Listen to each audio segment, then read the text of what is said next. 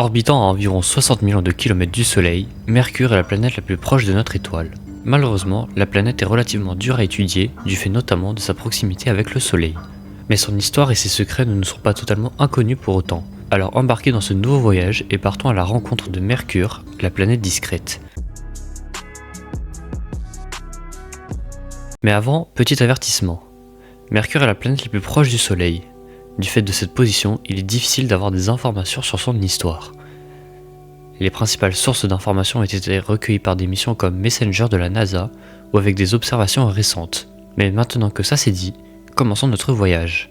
Mercure s'est formé plus ou moins en même temps que les autres planètes, il y a 4,5 milliards d'années, au sein de la nébuleuse protosolaire, un nuage de gaz et de poussière autour du jeune Soleil. Elle s'est formée proche du Soleil dans une région extrêmement chaude d'une température sans doute supérieure à 1400 degrés. Dans cette zone de forte chaleur, seuls les éléments dits réfractaires, c'est-à-dire des éléments qui résistent à de très fortes chaleurs, peuvent se condenser. Voilà pourquoi Mercure est riche en métaux comme le fer et pauvre en éléments volatiles comme l'eau. Mais avant de vous parler des théories sur sa formation, laissez-moi vous parler de la structure inhabituelle par rapport aux autres planètes. En effet, la proportion de son noyau est particulièrement élevée. Son noyau représente à lui seul près de 85% du rayon de la planète et 70% de sa masse. À titre de comparaison, la Terre possède un noyau faisant environ 55% de son rayon et 32% de sa masse. Mercure possède donc un énorme noyau métallique ainsi qu'une fine couche rocheuse.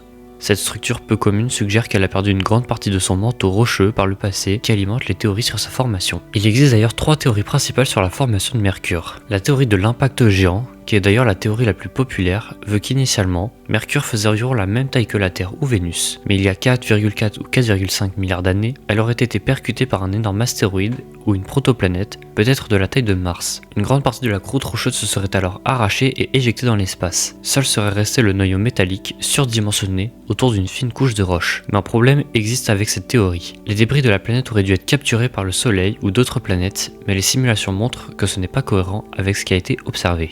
La deuxième théorie est celle de la vaporisation par le jeune Soleil. Durant les premiers millions d'années de vie, le Soleil était beaucoup plus actif et émettait un vent solaire extrêmement puissant. Ce vent aurait pu finir par vaporiser la croûte et le manteau externe de Mercure, ce qui correspond au fait que Mercure soit particulièrement riche en métaux. Mais là aussi des problèmes viennent en contradiction. Certains éléments volatiles comme le soufre sont encore présents sur Mercure. Si le Soleil avait totalement vaporisé les couches externes, aucune trace de ces éléments n'aurait pu être trouvée. Cette théorie ne suffit donc pas à elle seule pour tout expliquer. Enfin, la dernière théorie est celle de la formation directe avec un excès de métal. Étant dans une zone proche du Soleil, la température élevée aurait empêché les roches de se condenser. Seuls les métaux lourds comme le fer auraient alors pu former des planètes solides. De ce fait, Mercure se serait donc formé directement avec une proportion anormale de fer. Cette hypothèse est renforcée par la chimie. Les métaux se condensent à plus de 1300 degrés, alors que les roches se condensent à environ 1100 degrés. Mais toutes nos connaissances pourraient bien être chamboulées. En 2018, en collaboration avec la JAXA, l'agence spatiale japonaise, l'ESA lance la mission Bepi Colombo. Avec une arrivée prévue en décembre 2025, la mission a pour but d'étudier précisément la composition chimique de Mercure, mais aussi de comprendre son histoire géologique et thermique, ainsi que de mesurer avec précision la structure interne et de confirmer la taille de son noyau. Cette mission pourrait nous apprendre plus sur l'histoire de Mercure et ainsi confirmer ou non les informations déjà à notre possession. Ceci conclut notre voyage sur l'histoire de Mercure. N'hésitez pas à vous abonner, commenter, partager. Comme d'habitude, tous mes réseaux sont en description et moi je vous dis à la prochaine pour un nouveau voyage au cœur de notre univers.